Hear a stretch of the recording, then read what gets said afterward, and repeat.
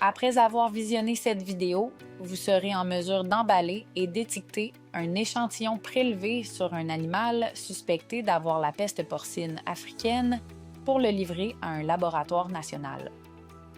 Le diagnostic de la peste porcine africaine est urgent et les échantillons provenant des animaux suspectés d'être infectés par le virus doivent être envoyés au laboratoire agréé le plus proche par la voie la plus directe.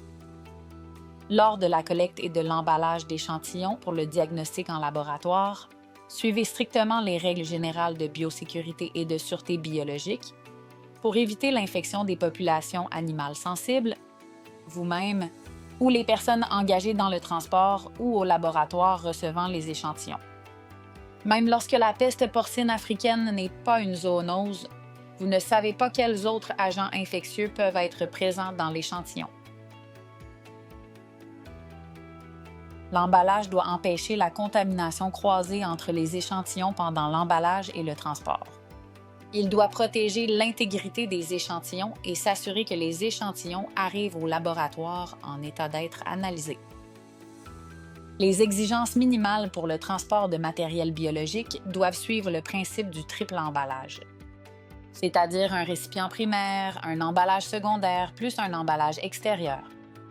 L'emballage secondaire ou extérieur doit être solide pour éviter d'endommager et de fuir les échantillons en cas d'écrasement. Les récipients primaires standards acceptables peuvent être des écouvillons, des vacuum-containers, de petits gobelets en plastique avec couvercle ou de petits sacs refermables ou Ziploc.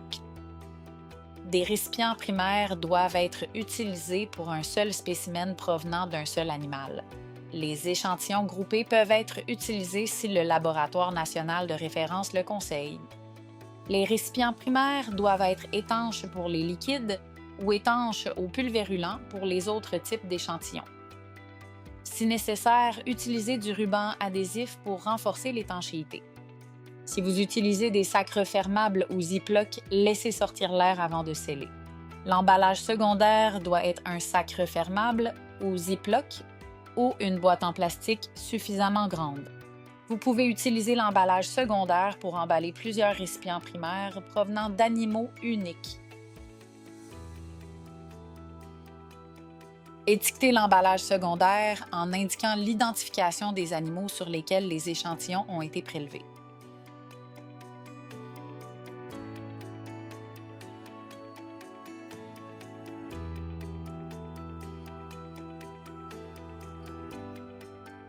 Placez les récipients primaires avec les couvercles vers le haut en position verticale. L'emballage secondaire doit être étanche ou étanche au pulvérulent.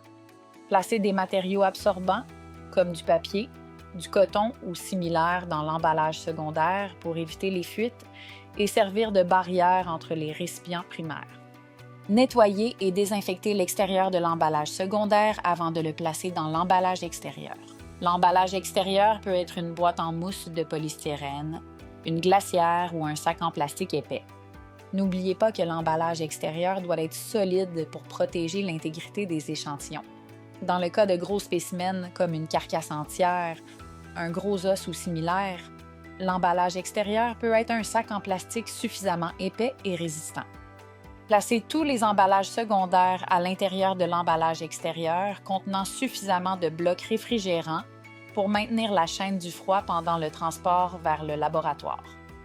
Nettoyez et désinfectez l'extérieur de l'emballage extérieur avant de le remettre au transporteur ou de le placer dans le véhicule de transport.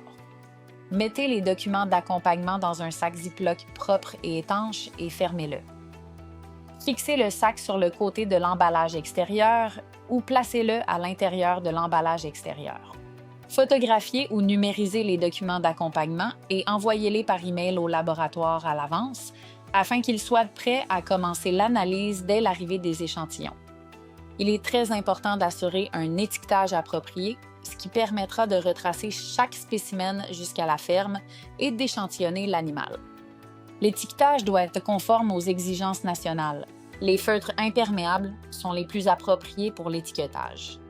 Les informations minimales à fournir comprennent le type d'échantillon à l'intérieur du récipient primaire, l'identification ou l'identification unique de l'animal échantillonné, des informations sur l'exploitation, telles que l'identification de l'exploitation et ou le nom du propriétaire, la date à laquelle l'échantillon a été prélevé, la maladie suspectée, les signes cliniques et les lésions observées, et le nom de la personne qui a prélevé l'échantillon. Les échantillons sont maintenant correctement emballés et prêts à être transportés. La FAO a produit une série de vidéos sur les opérations de routine liées à la surveillance de la peste porcine africaine que nous vous encourageons également à visionner.